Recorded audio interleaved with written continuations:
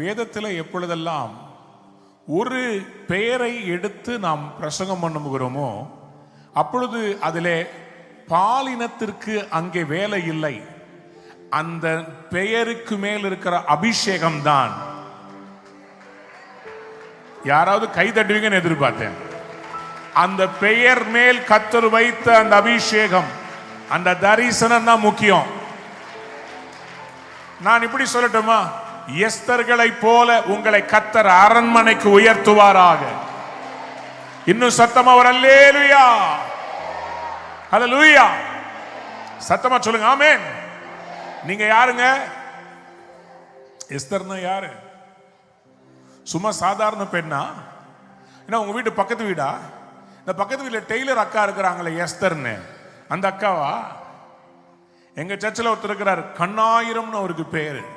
ஆனா அவருக்கு கண்ணு டோரி கண்ணு. எங்கேயோ பார்த்துட்டு இருப்பாரு. பிரதர் எங்க பாருங்க. எனக்கு ஃபர்ஸ்ட் அவர் எங்க சர்ச்சுக்கு வந்தபோது என் செய்தியை கவனிக்காத ஒரே மனுஷன் அவர்கிட்ட ஒரு நாள் கூப்பிட்டு கேட்டேன், என்னையா உங்க பேரு? என்ன? கண்ணாயிரம்.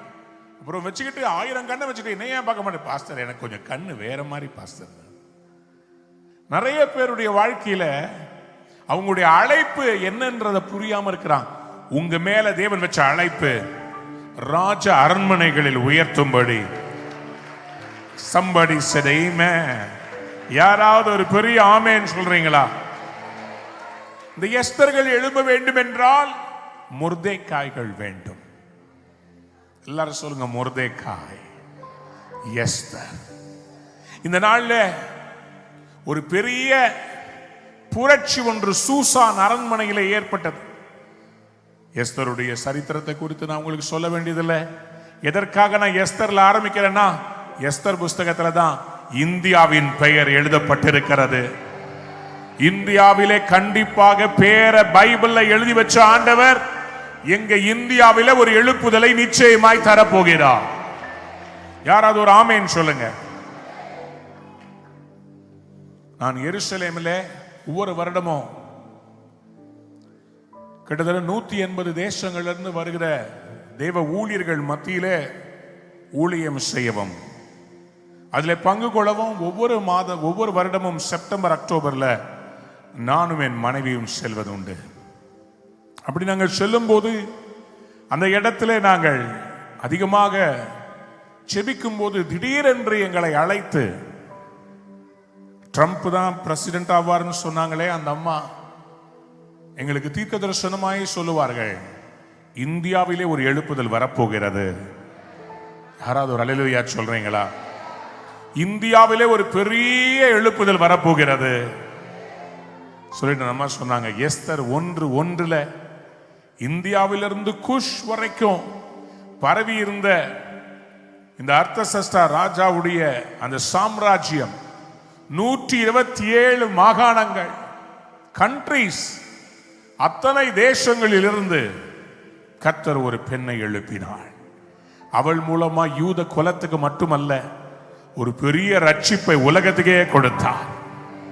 இயேசுவின் நாமத்திலே சொல்லுகிறேன், இந்த இந்திய தேசத்தில் எஸ்தர்களை கர்த்தர் எழுப்புகிற நேரம் வந்துவிட்டது. யாராவது ஒரு ஆமேன் சொல்றீங்களா? சத்தமா ஒரு ஆமேன் சொல்றீங்களா? நான் வேகமாய் சொல்ல விரும்புகிறேன். இந்த சபையில 2 பேரா நான் பார்க்கிறேன். இன்றைக்கு இந்த சபையில கர்த்தர் 2 கூட்டத்தாரா திருப்ப போறார். ஒருத்தர் எஸ்தரா இருக்க போறாங்க, இன்னொருத்தர் மொர்தெக்காயா இருக்க போறாங்க. மொர்தெக்காய் இல்லாமல் எஸ்தர் இல்லை.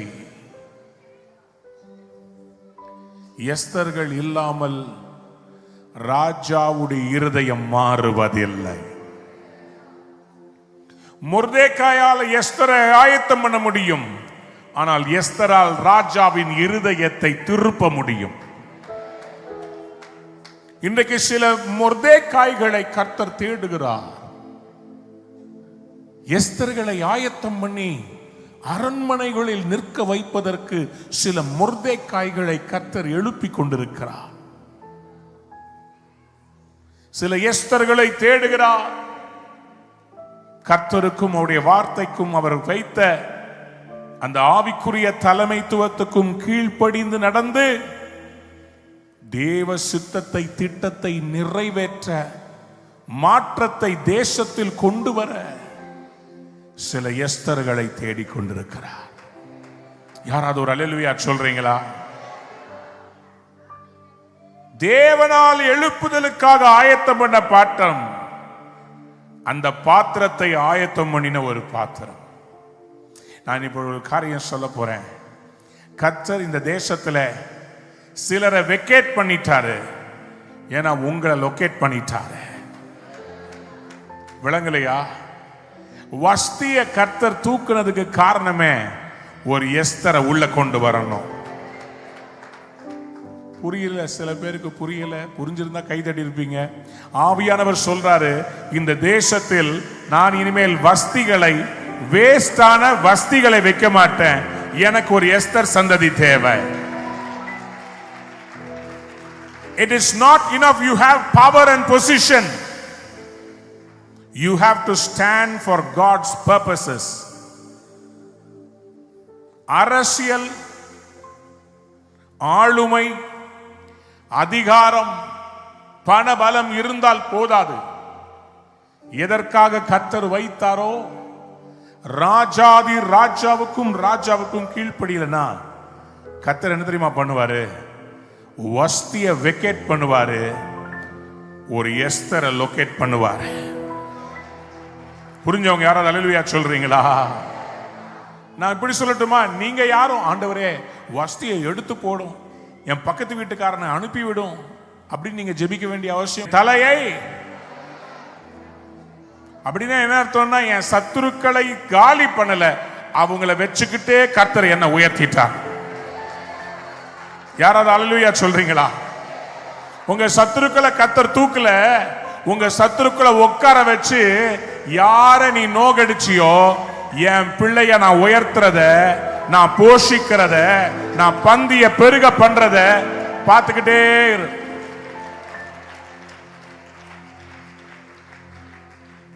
யாராவது ஒரு ஆமேன் சொல்றீங்களா? எதற்காக உங்களுக்கு ஒரு ஆவிக்குரிய சபை தேவை? இந்த எழுப்புதலை சந்திக்க வேண்டுமானால் மொர்தெகாய் சபைகளும் எஸ்தர் விசுவாசிகளும் தேவை. We need a church which is a Mordecai, and we need believers who are Esther.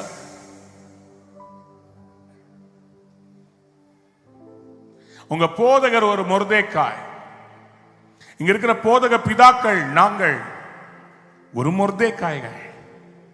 எங்க ஆசையெல்லாம் பெரிய ஒரு பதவியில் இருக்கணும், பெரிய வீடு கட்டணும், பெரிய லேண்டுக்கு முதலாளி ஆகணும், பெரிய பொலிட்டிஷியன் ஆகணும்னு இல்லைங்க.